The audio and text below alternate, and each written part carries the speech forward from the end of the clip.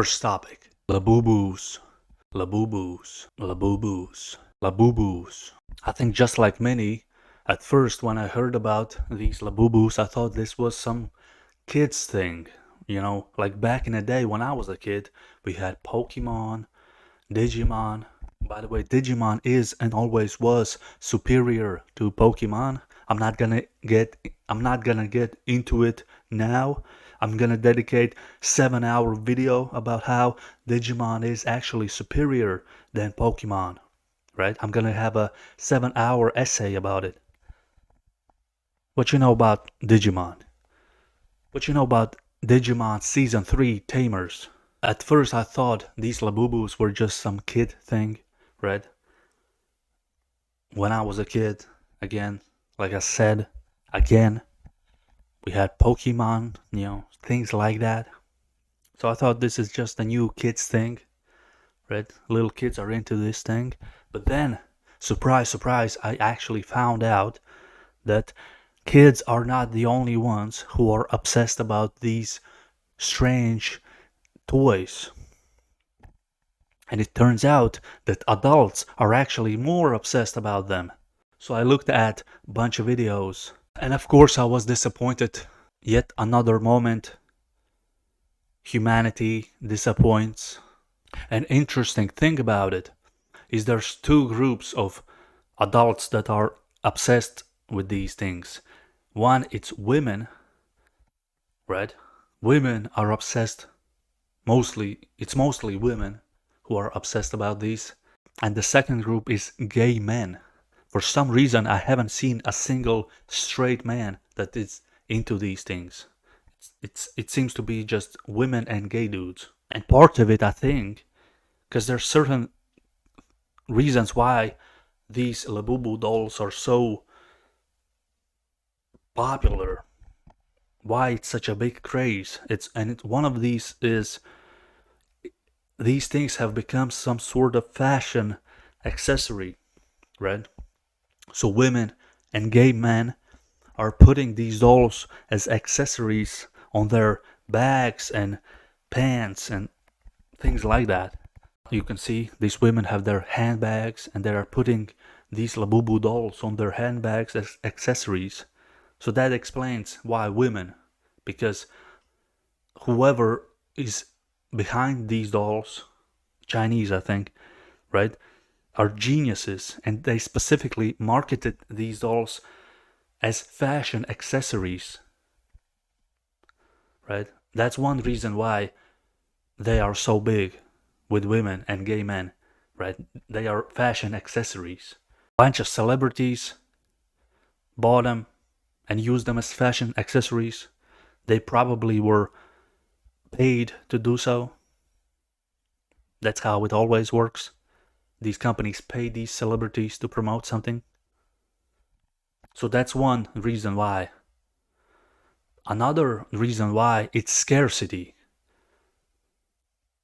Because the company behind Labubus were smart enough to realize if they put scarcity onto their product, that will increase the demand.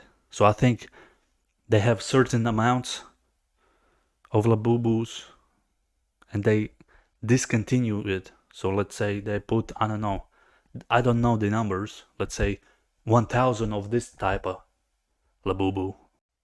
So not only they have scarcity, but they have put another aspect of it, which is gambling. You see, because apparently these dolls come in blind bags. I don't know if it's all of the toys come like that, but the videos that I've seen, these dolls always come in blind bags, meaning you buy these boxes and you don't know what's inside, which one of the dolls is inside. So the people that are buying these dolls are essentially gambling, hoping they get one of the rare items, right? So you have these things tied to fashion, hype beast culture, right? Fashion accessories. Then you get celebrities involved. Then you have scarcity because you have X amount of these dolls. And then you put gambling. by putting them in these blind boxes.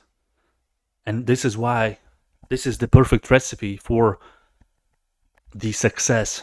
I cannot wait for the moment this whole economy of Labubus will crash, and this will happen very soon, much sooner than these people who are obsessed and who are emptying their bank accounts would like to think.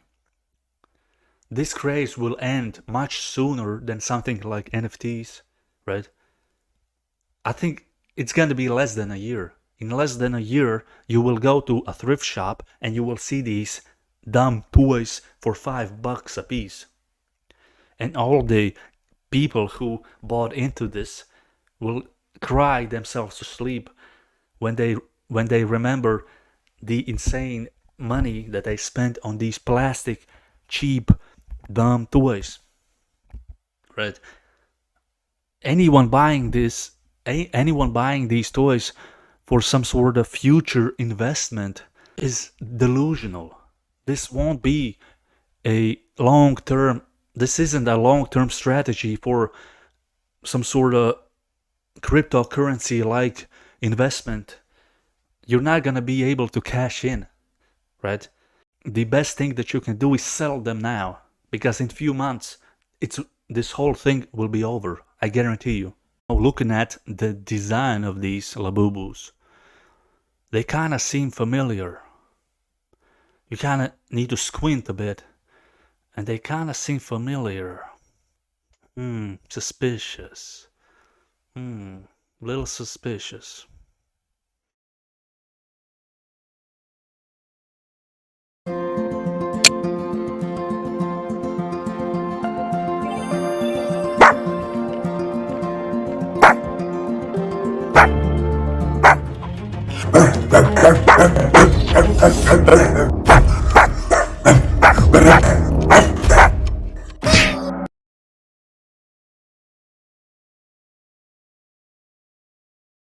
There is a new Superman movie out. Yes, another one. This time, James Gunn of Movie 43 fame directed it. And oh boy, it's a doozy. I don't know what doozy means, but it sounds stupid, so it's a good way to describe this Superman movie. I haven't seen the new Superman movie, nor do I plan to. Why? Why not? Why not? You're asking. Well, because I'm not a little boy. Alright? I'm not a little boy. I'm not interested in a movie with a title like Superman, Superboy, Super Gay. But despite not seeing it, I will tell you everything that you need to know about it. Okay? First, the writing. The writing sucks. It's embarrassing. Right? The story is trash. The CGI looks cheap and fake. The cinematography is disastrous, atrocious. There is no reason for you or anyone to see it, ever. The first clue is in the name, right? If the movie is called something so stupid as Superman, guess what? Do not bother watching it. Absolutely no point. Nothing. Absolutely nothing. Nothing in that movie is worth watching, right? There's no enjoyment to be had. There's no lesson to be had. There is no appreciation for the arts to be had watching movie like Superman, right? Try saying Superman a bunch of times fast. Superman, Superman, Superman, Superman, Superman, Superman, Superman, Superman, Superman. Even saying it, you sound dumb. Hey, do you want to see the new Superman movie? That doesn't sound right, because it ain't right. Listen, I'm gonna tell this right now. The new Superman movie, guess what? It's against God. Yeah, you heard me. You heard me. The new Superman movie is against God. Matter of fact, I have a theory I've been working on tirelessly, right? Writing on my corkboard. And it's that these comic book movies were always intended as some sort of neo-pagan pantheon revival replacement for God. These heroes, as they call them, Superman, Batman, X-Men. That's a lot of men, huh?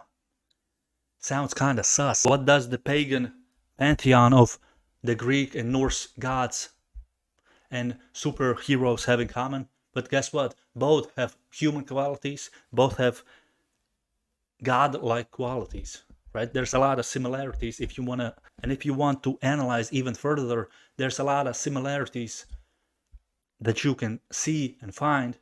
And I'm sure if you looked at the inspiration that these people had creating these stories and superheroes, that they used these pagan myths a lot. I can guarantee you that. I've kind of exaggerated my hate towards Superman. It's whatever. I mean, it's not gonna be good. So I guess that's the point of me talking about it. The new Superman, it's not gonna be good. And it's not good. And anyone telling you otherwise is a liar and a deceiver, okay? Saying the new Superman is good is basically amounts to hate speech. Yes, you heard me correct. Saying the new Superman is good is basically hate speech. You should be deplatformed and dehumaned for saying such stupid things, okay? Listen, who knows, maybe the new Superman is actually pretty good. Next topic, look at this photograph. There's yet another Sydney Sweeney controversy. Honestly, I have no idea who Sydney Sweeney even is, aside from her unending alleged controversies constantly orbiting her name. At this point, it wouldn't surprise me that the whole thing is just elaborate marketing trick. And it works, because somehow, despite me never seeing one of her movies or TV shows, I don't even know which is her big TV or movie, or what movie made her famous, or was it even a movie that made her famous? I have no idea. Despite that, I somehow still know who she is and what she's up to and what controversies she has. It's like I've absorbed her entire media presence through some osmosis via outrage, headlines, and social media debates. Matter of fact, probably while I'm making this and talking about this, there's yet another new controversy that she has. Maybe she blinked too fast at some award show. Maybe she had wore politically incorrect shade of lipstick. Who knows? I mean, she can't do anything without getting into some sort of phony controversy. I mean, who are these people? Who are these people who, I mean, imagine being a person that is genuinely upset at something that this actress does. I mean, for what? She wore some jeans? The level of patheticness the person has to be mad at her at these things. I mean, this is, for me, it's mind-blowing.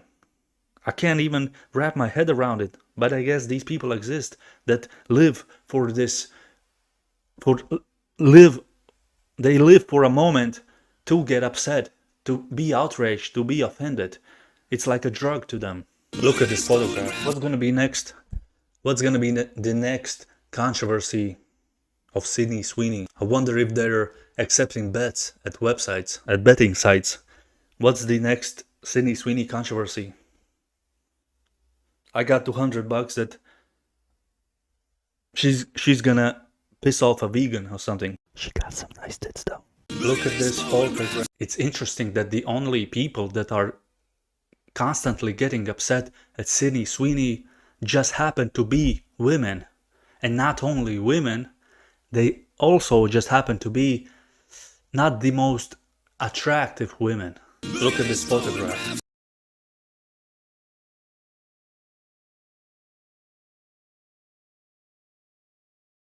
The Road to Wigan Pier, 1937, is a two-part work by George Orwell that blends journalism, social critique, and political theory. Part 1. Orwell documents his travels through the industrial towns of northern England, focusing on the harsh living and working conditions of the working class, particularly coal miners. He describes the extreme poverty, poor housing, dangerous labor, and social neglect these communities face. His observations are detailed, empathetic, and grounded in first-hand experience. He lived among the people he wrote about. The goal is to expose the realities of class inequality and industrial exploitation in 1930s Britain. Part 2. In a sharp shift, Orwell turns inward and philosophical, examining why socialism, despite being a logical solution to these problems, struggles to gain widespread support. He criticizes class snobbery, the alienation between the working and middle classes, and the unattractive image of some socialist movements. He also reflects on his own middle-class background, acknowledging biases, and exploring how class shapes perception in politics. Essentially, the book is in two halves. Not only in subject matter, as I said, the first half is about his experience with the working class, miners in particular, and his descriptions of a situation in the UK. The second half focuses on socialism and the problems he has with socialists. You could also divide the book by quality. The first half is excellent, the second half, not so much.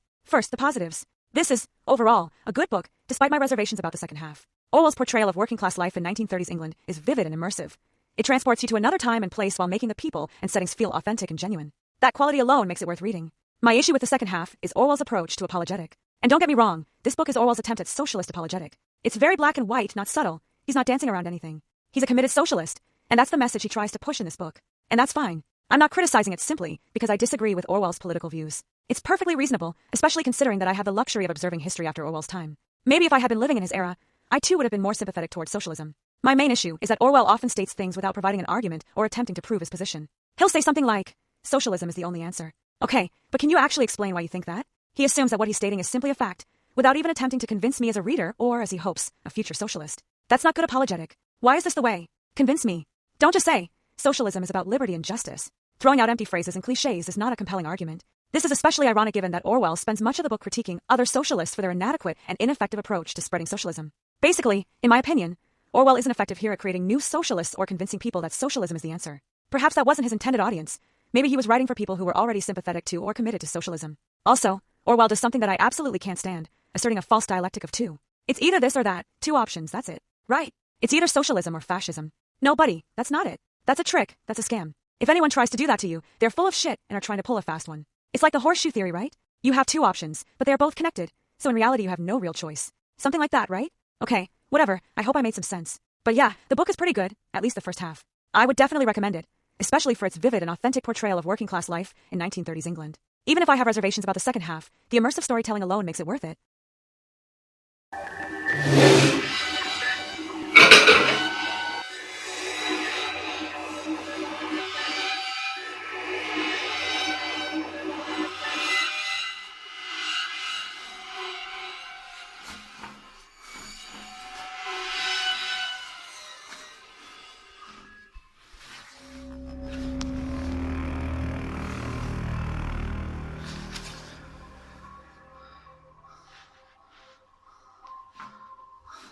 Hello there. I don't know how to say this, but my house is haunted.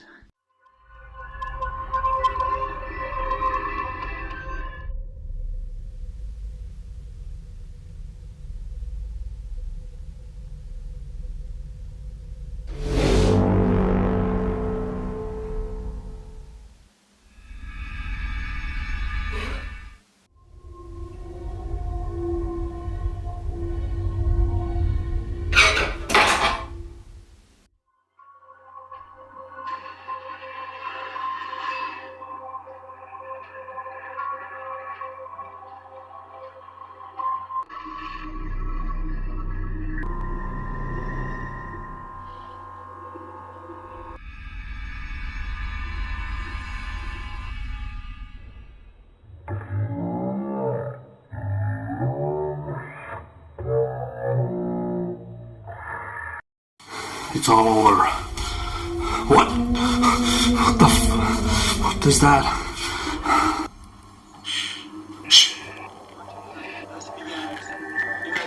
Lesbians and radical bunch of black lesbians and homosexuals.